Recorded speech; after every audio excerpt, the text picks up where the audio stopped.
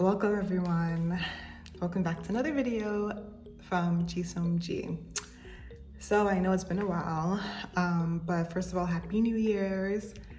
Happy Valentine's Day in advance, or belated Valentine's whenever this video comes out. So I'm back here again to give you some more gems really on the rank. So around this time, it's currently February, around this time I know that a lot of fourth year medical students are thinking about what residency they want to go to, thinking about how they want to match or how they want to rank each list, wondering and scared about like how the other residency program is ranking them. There's so many nerves that come into thinking about like how to actually rank these programs. I was in your same exact shoes about a year ago, and I can't believe it's been a year. Crazy, like a year has already passed by and I cannot believe it. But we thank God. I literally have like 4 months left of intern year, and then I start second year and I'm going to be considered a senior resident. But I thought to come back on here to just give some gems, some advice. So I basically asked several residents who are currently completing residency at an Ivy League institution about their top priorities for creating their rank lists when they were fourth year medical students compared to what their priorities are now. So I'm sure a lot of you want to hear the answers, hear like what most people said. And I'm not really surprised at what most people prioritized when they created their rank list, because I feel like I had like a similar idea of how I wanted, of what I was looking for in a program. One disclaimer though is that a few of these responses, I think there's some response bias just because I asked about 3 of them at the same time and we're all in the same room. So I think it was just 2 of them, actually 2 residents, and we're in the same room, and and I think their answers could have been affected by what other people were saying compared to if I was doing it more one-on-one, where there isn't as much influence, or you don't have the influence of others dictating what the answer will be. So that's a disclaimer. But a few of the other answers to my questions, they were all separate. So I think you can use them. I think this is a mini experiment. It's not something that I'm going to publish in JAMA or NEGM, New England Journal of Medicine. It's not something I'm going to publish there, but it was just a mini experimental study. You can take it as you wish, but I just wanted to put that out there to tell you that there was some response bias. So resident number 1 basically said that their top priority when they were a fourth year medical student was lifestyle. He point blank said lifestyle, and right now he's about 8 months into intern year, and he would prioritize the same thing. Resident number 2 said that their top priority during their fourth year of medical school was resident culture and lifestyle. And it hasn't changed. It's been 8 months and that would still be their top priority. Resident culture and lifestyle. So people might be wondering, what's the difference? Resident culture really is like the culture of the program. Is it benign? Is it toxic? Is it friendly? How are the residents in terms of, are they usually nice people? Are they usually understanding and supportive people? Are senior residents usually the kind of people to like let you work on your own and not help at all, versus those kind of senior residents who are always willing to help you? I think that every program, honestly, every year you have the same people on the committee who are picking these students, and I think there usually is a theme in which kind of students they pick, just because it's human. Was it Albert Einstein or someone who said that doing the same thing over and over again and expecting different results is insanity? So if it's the same people who are making the rules and choosing the people that they want in the program, they're going to have a consistent theme of having the same kind of malignant people in their program versus having more supportive or friendly people in their program.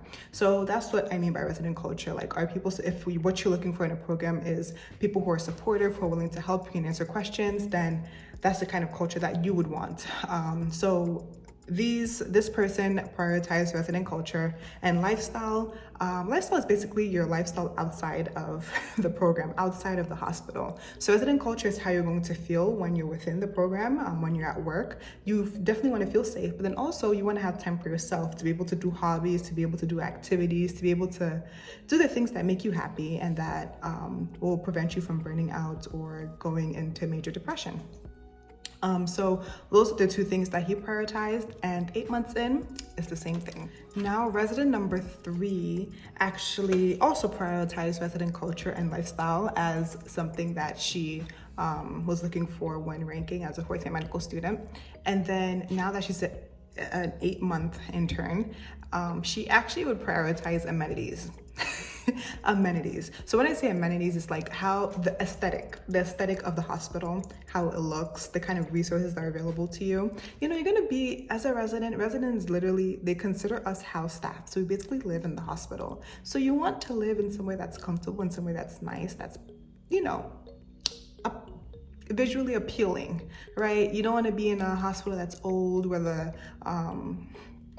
elevators are creaking when you're not sure if you're going to get to the next floor because at any minute it might stop. You don't want to be in a place where there's rats or where there's roaches or mites. You want to be in a place that's new, that's clean, depending on what you're looking for.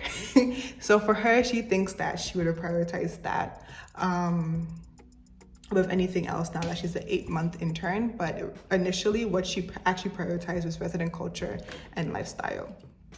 Now resident number 4 actually prioritized personal development, patient population diversity, and also resident culture. As you can see, I think there's a common theme here, resident culture. And then what she wished she had prioritized now that she's an 8-month intern is actually she regrets nothing. She actually regrets nothing. She doesn't regret not prioritizing like the schedule, the call schedule in particular, like the patient load. So every program, they have a cap on the number of patients you can carry as an intern and as a senior resident. For us, or for me, it's about 8 patients. If you're in the VA, then it's 10 patients. So usually like 8 to 10 patients, but there are some programs that don't even have a cap on the number of patients that you can oversee. Some of them it's much higher, maybe 12, 14 patients at a time. So she didn't really prioritize any of that, which all goes back to, like, I guess in a way, the rigor of the program. But overall, she would still prioritize factors that would impact her well-being and growth as a physician. So basically, I think for her, she prioritized personal development. You know, there's people who who are looking for, I guess, more of a CUSH program. For her, what she really wanted was somewhere that was going to challenge her, that was rigorous enough to make her the best physician that she was going to be going forward, even after she graduates. The thing with residency is that for us, I'm doing internal medicine, it's only 3 years. So you have 3 years to become a doctor, to become a doctor who can practice on their own. And so if you were gallivanting and you weren't like putting in your all during those 3 years, once you graduate, it's on you. You know, you have your license. If you don't know what you're doing, you don't know what you're doing. And it's because most of the time it could be because you didn't put in as much effort or you didn't get the training that you're supposed to get while you're in residency. So residency is a big deal. It's the time for you to learn and to, you know, get all the things that you can from those 3 years and be able to be the best physician that you can be once you graduate. So for her, that's what she prioritized. And for you, it might be the same thing. You don't care if you have to do 24-hour calls. You don't care if you have to do 28-hour calls. You don't care if your calls are Q2. You just want to make sure that you see everything that you can and that you can practice as much as you can. Actually, there's no studies also that show that the more time, I think it makes sense. The more time that you put in, the more that you're going to get out of it. But I think at some point that you might have to sacrifice sleep, hobbies, or things that make you happy. And then if you're burnt out, sad, and depressed, I don't think you're helping anyone. Personally, if I'm sleep deprived, I don't care how many patients I have. I don't care how many hours I've worked. I'm not retaining anything. I'm not retaining anything, and it's useless. I have to go to sleep. If you're the kind of person who, no matter what, you only need 2 hours of sleep to survive, go ahead. Do what makes you happy and do what your body's able to take. But this is what she prioritized.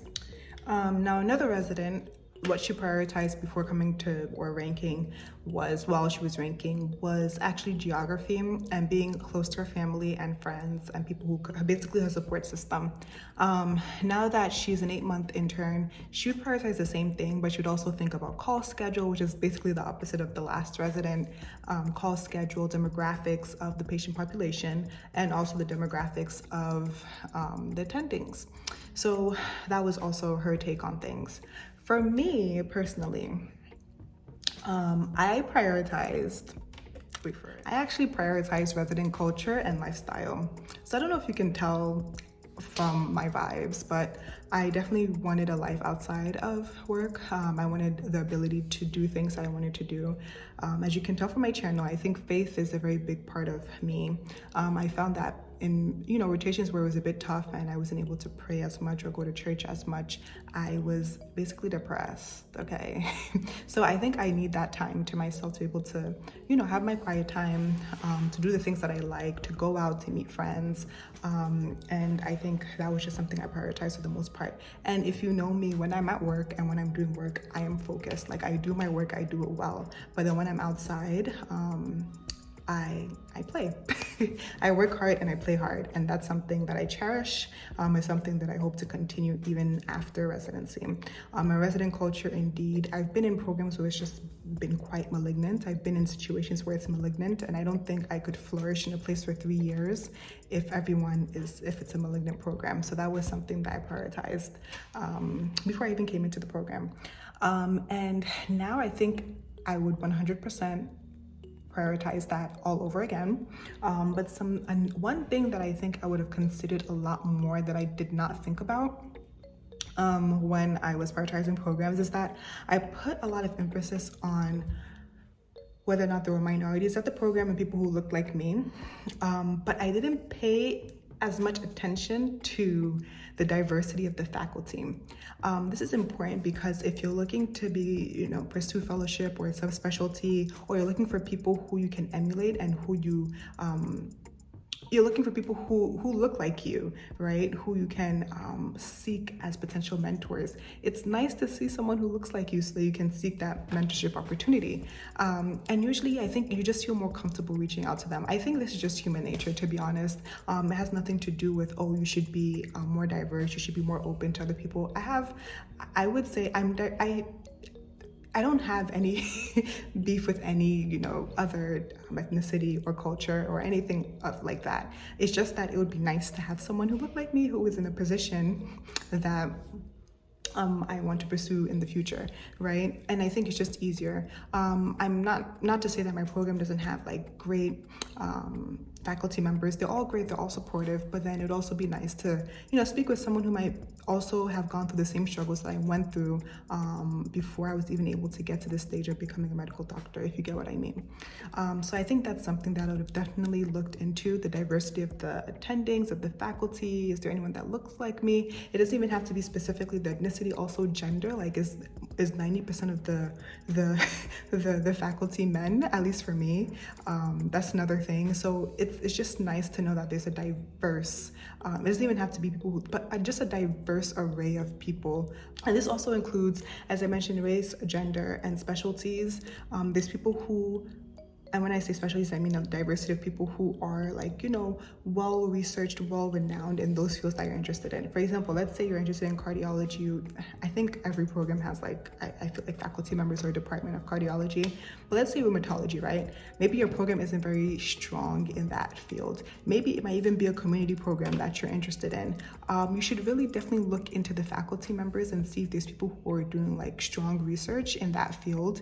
Maybe you're interested in gender affirming care, or you're interested in community health and not specifically a subspecialty, and that program, all they focus on is getting you into fellowship, but you're interested in other things like gender affirming care, as I mentioned before, or community health.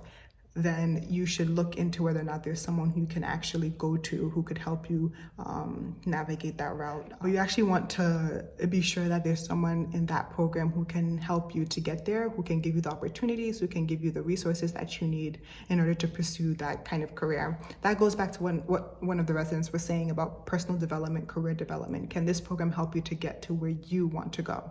Not to say that, oh yeah, this program is great. Program can be great, but is it going to get you in particular to where you need to go? And if no, then you should probably rank that program lower on your list. And now some other things to consider. Retention rates in residency and for fellowship. So another thing about a program, do they retain a lot of their residents? Do you see residents dropping off like flies, either because they transfer to another program? That's a big red flag, and it shows that possibly the program could be malignant and that they can't, and people just don't want to stay there. Another thing, as I mentioned, retention rate in residency and for fellowship. Some people might prefer that their program has a home. You might look into a program and you want like it to be like it has a home fellowship, like a home subspecialty, like a home program, right? And then you're banking on the fact that you'll get accepted into that program, right? But then you should look and ask questions about how many of them actually went to the residency program. Because does it make sense for you to go to that program just because they have the fellowship that you want to pursue, yet you have a 1% chance of actually getting in once you apply for fellowship? So that's something to think about. Another thing is the proximity of the hospital sites. So my program, we have 3 different hospitals that we rotate at. And there's some programs that literally have their sites in different states. Okay, my program doesn't do that. I mean, the hospitals are a distance from each other, but usually like 5 minutes or so. But there's some programs, literally their sites are in different states. So when you're at a certain rotation, you most likely will have to get an Airbnb or hotel for that period of time to stay there. Or you can drive 2 hours every day. So that's something that you should think about. And look into and ask questions about. Another thing is the schedules. I would definitely, although one of my residents, she didn't really care, and I think she was just lucky to have ended up in a program that doesn't require like a Q2 call schedule for every inpatient rotation. But I would definitely look into the frequency of calls. For me, it was a no-no. It was a no-no to have any type of call that was over 24 hours, okay? Miss me with that. Any program that said 24, 28, 36 hour calls, that was me. I'd rather do night float for a whole month, even 2 months, than to do a 24-hour call. I'm telling you the truth. So that was my own prerogative, and that's what I definitely prioritized. Anything that was over 24-hour call at 24 hours, you can count me out. I think that was part of the reason why I didn't even go into any like surgical subspecialties, because those are infamous for doing that. For internal medicine, usually a good amount of the programs have you doing like a night float system where you're either working at night or you're working during the day. For my program, it's just 1 month that you spend on night float. After that, you don't work at night, unless like you're in the ICU, but it's like maybe 2 or 3 nights at a time, and it's only during that 4-week period. But other than that, you are working during the day, and during long call, you stay until like 7 o'clock. So yeah, miss me with those 24-hour calls, but all power to you people who do that. All power to you. But before I wrap up, maybe just a few other things that I was told to like think about was definitely the scheduling, not just call schedule, but also whether or not it was an X+Y type of schedule versus a traditional schedule. It depends on what you want. Do you prefer to have clinic like every week, which is more common in a traditional schedule, versus an X+Y, where like you're spending that amount of time, like 3-4 months, not 3-4 months, 3-4 weeks inpatient, and then you randomly just have clinic for 1 week and then you go back to the same grind. So it depends on you, what you prefer really. Another thing that I would say is like thinking about like the kind of things that the program offers in terms of parking and meals, like meal plans. Does the program provide you money or give you free food? I think that's a major thing because a resident's salary is not that much. So it would be nice if they fed you, so you don't really have to, especially when you're coming back from a long call or a 24-hour call or whatever it is, you don't have to worry about making lunch. Does your program provide that lunch for you? For parking, do you have to worry about paying for parking? That was part of the reason why I left New York City, is because almost every program required me to either pay for parking or didn't provide it. So it's either you have to take the train or you're gonna have to pay for parking. I didn't want to do any of that, so I was like, deuces. But anyways, it's up to you to think about it too. If you have like additional income, you might not care about whether or not you have to pay for parking or you have to pay for food. But if you're the kind of person that you know that living on the resident salary will be a struggle, you can think about that too. Okay. So I hope those little nuggets helped a lot in terms of helping you to rank your list. It seems like the general consensus at this moment is that a lot of people, they prioritize the resident culture and lifestyle. And I'm not surprised, to be honest, because as a resident, you're, it's tough. No matter where you go, honestly, it's going to be tough. It could be the cushiest program of all time, but it's still going to be tough because residency is a learning curve. You're going from being a medical student where you're just reading books and studying to actually practicing, and you have lives in your hands. So it's going to be tough regardless. And I think it's just better for you to be in a residency that already has a supportive culture, and that also helps you to also, cultivate those hobbies and things that you love doing outside of medicine. So I am not surprised. And it seems like most of the things that people wish that they had prioritized is more diversity, right? Diversity of the patient population and diversity of the attendings as well. So I think that's something they should think about. It's something that you might not be thinking about now, but then when you do become a resident, you realize that when you want to pursue a specific specialty or career path, you wish there was someone who understood you a little bit more, someone that you could connect with. That's even the whole purpose of a mentor, to be honest. You want to be able to connect with your mentor, and you want that mentor to be able to get you to where you need to be and get you to your next level. So I think those are definitely some things you should think about, in addition to the other things that I mentioned. But I think a lot of people don't think about this: culture, lifestyle, and diversity. All right, so if you have any questions, definitely put it in the comment section. And if there's any other topics that you want me to discuss, you can definitely put it in the comment section as well. I'll try my best to make more videos, but I can't promise anything. All right, toodles, bye.